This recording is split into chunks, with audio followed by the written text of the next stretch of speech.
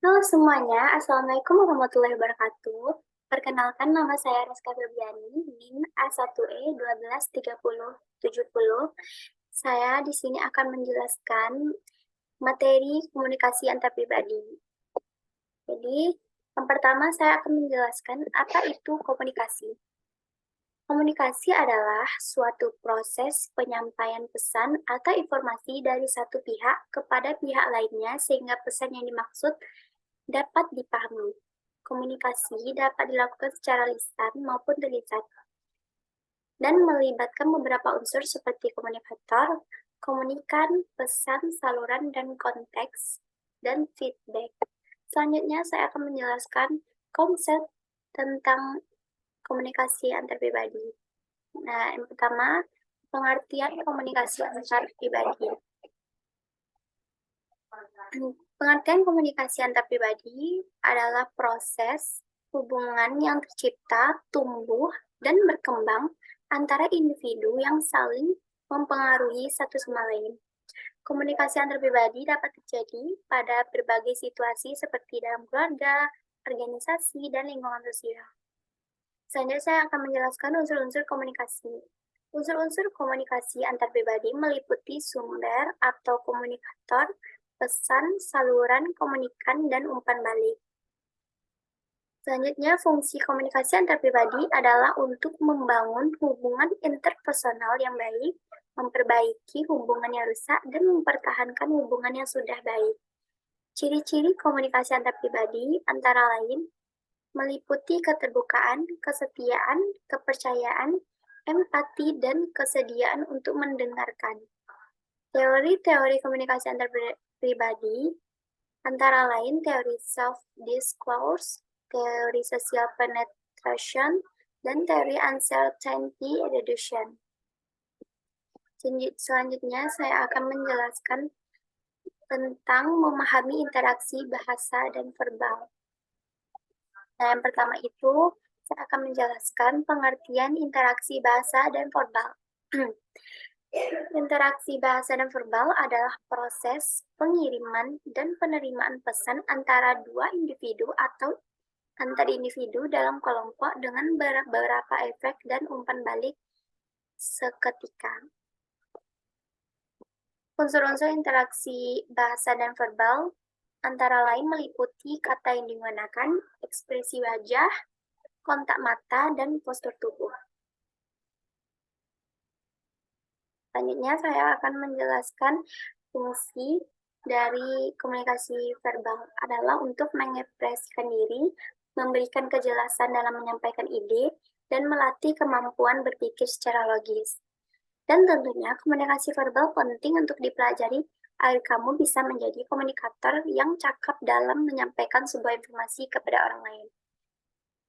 Selanjutnya, fungsi interaksi bahasa adalah untuk menjamin dan memantapkan ketahanan dan keberlangsungan komunikasi serta menjalin interaksi sosial.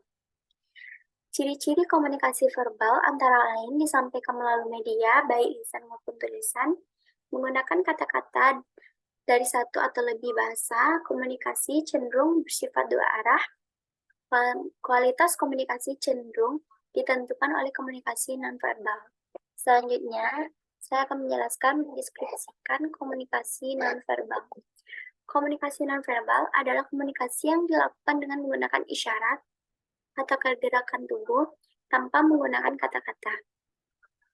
Komunikasi nonverbal dapat memberikan arti pada komunikasi verbal dan memberikan informasi tambahan tentang pesan yang disampaikan. Jenis-jenis komunikasi nonverbal meliputi gerakan tubuh, ekspresi wajah, kontak mata, sentuhan, dan postur tubuh. Fungsi komunikasi nonverbal adalah untuk memperkuat atau menggantikan pesan verbal, menunjukkan emosi atau perasaan, dan memberikan informasi tambahan tentang pesan yang disampaikan. Selanjutnya, hubungan komunikasi dan hubungan antar pribadi. Seseorang perlu memahami fungsi, manfaat komunikasi antar pribadi, unsur-unsur interaksi bahasa dan verbal, serta jenis-jenis komunikasi nonverbal. Selain itu, seseorang juga perlu memahami karakteristik komunikasi antar pribadi yang efektif, seperti keterbukaan, kesetiaan, kepercayaan, empati, dan kesediaan untuk mendengarkan. Selanjutnya, yaitu komunikasi kelompok. Komunikasi kelompok adalah komunikasi yang dilakukan oleh beberapa orang dengan jumlah minimal 3 orang atau lebih. Dalam komunikasi kelompok, tiap peserta akan berinteraksi satu sama lain untuk mencapai tujuan bersama, mengenal satu sama lain, terus memandang sebagai bagian dari kelompok. Selanjutnya, fungsi komunikasi dalam kelompok itu adalah untuk hubungan sosial, pendidikan, persuasi, pemecahan masalah, dan pembuatan keputusan dan fungsi terapi. Jadi semua fungsi tersebut dimanfaatkan untuk pembuatan kepentingan masyarakat, kelompok, dan para anggota kelompok itu sendiri. Jadi saya akan menjelaskan contoh dari komunikasi kelompok itu apa sih? Jadi contohnya seperti kuliah, rapat, seminar, workshop, dan lain-lain.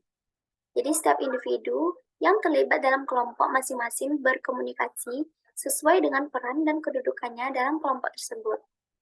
Selanjutnya, ciri-ciri komunikasi kelompok itu ada beberapa. Yang pertama, kelompok berkomunikasi melalui tatap muka. Yang kedua, kelompok memiliki sedikit partisipan. Yang ketiga, kelompok bekerja di bawah arahan seorang pemimpin. Yang keempat, membagi tujuan atas sasaran bersama. Dan yang kelima, anggota kelompok memiliki pengaruh atas sama lain. Dan selanjutnya saya akan menjelaskan komunikasi organisasi.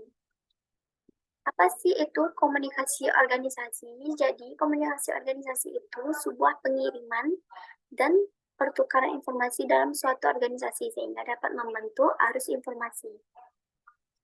Adanya komunikasi organisasi dapat memunculkan jaringan informasi dalam organisasi tersebut.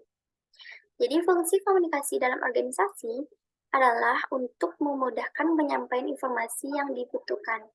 Jadi, tanpa adanya komunikasi organisasi tidak akan berjalan dengan stabil. Bahkan, para anggota di dalamnya akan merasa kurang nyaman lantaran sering terjadi kesalahpahaman ketika mengerjakan tugas. Jadi, contoh dari komunikasi organisasi itu seperti survei sikap karyawan, adanya kontak saran, prosedur penyampaian keluhan, diskusi atasan dan bawahan, serta sesi tanya-jawab informal. Selanjutnya, yang menjadi ciri khas komunikasi organisasi itu adalah yaitu punya tujuan yang jelas dan bersifat rasional. Karena pada hakikatnya organisasi adalah sistem kerjasama yang rasional dan punya tujuan yang pasti. Jadi, ada banyak tujuan dalam sebuah organisasi, misalnya tujuan keseluruhan organisasi, tujuan divisi organisasi, dan tujuan karyawan, serta tujuan individu. Jadi hanya itu yang bisa saya sampaikan. Terima kasih dan mohon maaf jika banyak kekurangan. Saya ucapkan Assalamualaikum warahmatullahi wabarakatuh. Bye-bye.